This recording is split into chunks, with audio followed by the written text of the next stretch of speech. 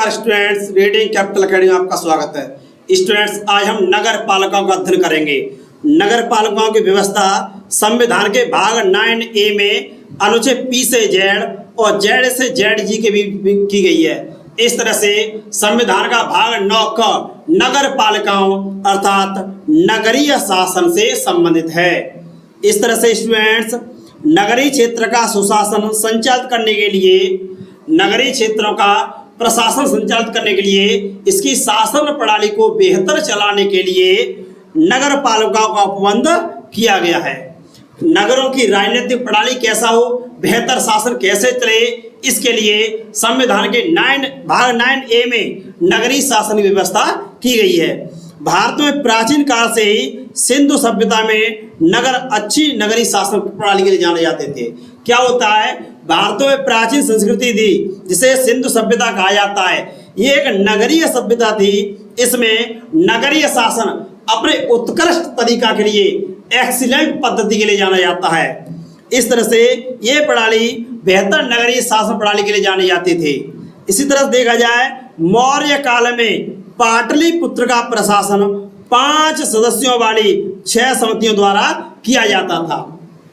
Megasthenes ने indica पुस्तक लिखी है। इसमें पाटलिपुत्र के प्रशासन के बारे में लिखा है। उसने बताया है कि पाटलिपुत्र का प्रशासन 6 समितियों द्वारा किया जाता था और प्रत्येक समिति में 5 सदस्य होते थे।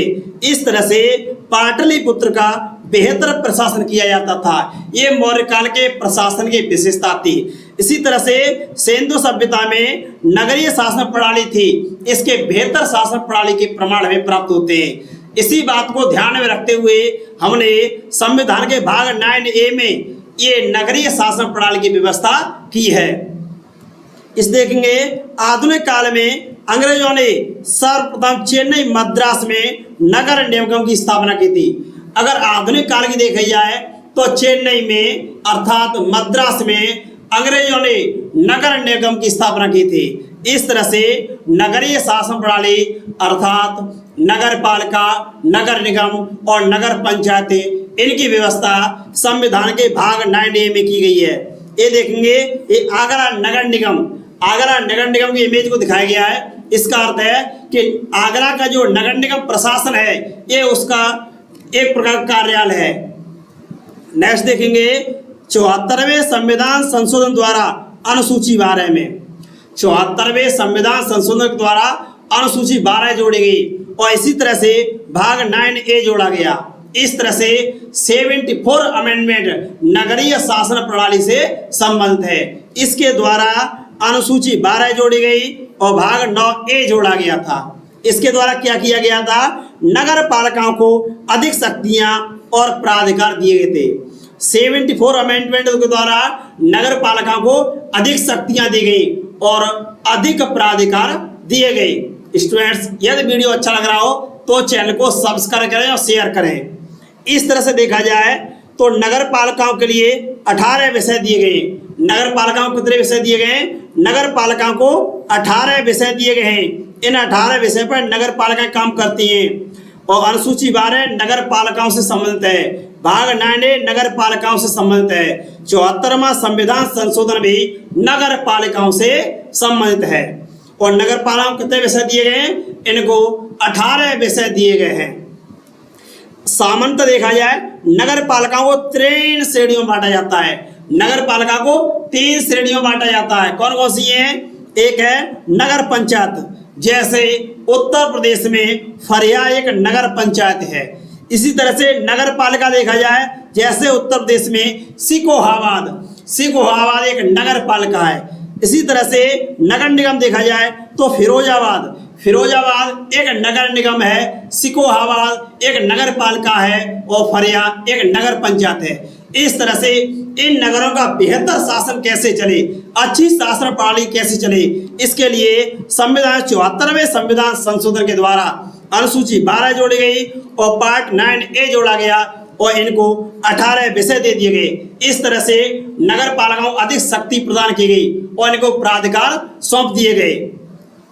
नेक्स्ट देखेंगे, नगर पालिकाओं की अवधि कितनी होती है? 5 वर्ष।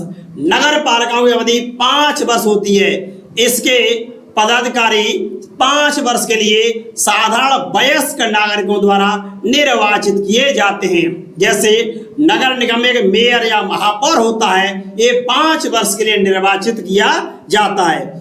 इसी तरह देखेंगे नगर पालिकाओं में SC ST वर्ग को और OBC वर्ग को, महिला को आरक्षण दिया गया है। जिस तरह से पंचायतों में SC ST OBC और महिला को आरक्षण दिया गया है, ठीक उसी तरह से नगर पालिकाओं में भी SC ST OBC या महिला को आरक्षण दिया गया है। और इनका कार्यकाल कितना होता है? 5 वर्ष होता है। नगर पालिकाओं के लिए एक जिला योजना समिति बनाई जाती है। नगरों का बेहतर विकास कैसे हो, जिस तरह से हड़प्पा मोहनजोदड़ो का बेहतर विकास हुआ था, बेहतर नगर विन्यास था, इसी तरह से आधुनिक नगर प्रणाली कैसे बेहतर हो, इसके लिए जिला योजना समिति बनाई जाती है। अब इनका निर्वाचन कौन करता है? नगर पालिकाओं का प्रत्यक्ष निर्वाचन होता है। तो देखा जाए राज्य निर्वाचन आयोग द्वारा, राज्य सरकार द्वारा एक राज्य निर्वाचन आयोग बनाया जाता है, स्टेट इलेक्शन कमीशन बनाया जाता है। इसके द्वारा नगर पालिकाओं का निर्वाचन किया जाता है। इसी तरह से ग्राम पंचायतों का निर्वाचन भी राज्य निर्वाचन आयोग के द्वारा किया जाता है। ठीक है स्टूडेंट्स, नेक्स्ट देखेंगे सैन्य क्षेत्रों में छावनी परिषद बनाई जाती है। कुछ शहरों में क्या है, सैन्य क्षेत्र हैं, वहां पर छावनी परिषद बनाई जाती है। जैसे देखा जाए आगरा में, लखनऊ में या सैन्य क्षेत्र है या छावनी परिषद बनाई जाती है। इस तरह से मित्रों हमने पढ़ा कि संविधान का जो भाग 9A है वह नगर पालिकाओं से संबंधित है। और नगर पालिकाओं को कितने विषय दिए गए हैं? 18 विषय दिए गए हैं। और 74वां संविधान संशोधन किससे जुड़ा हुआ है? 74वां संविधान संशोधन नगर पालिकाओं से संबंधित है। थैंक यू स्टूडेंट्स, अगर वीडियो अच्छा लग रहा हो तो इसे शेयर कर दें।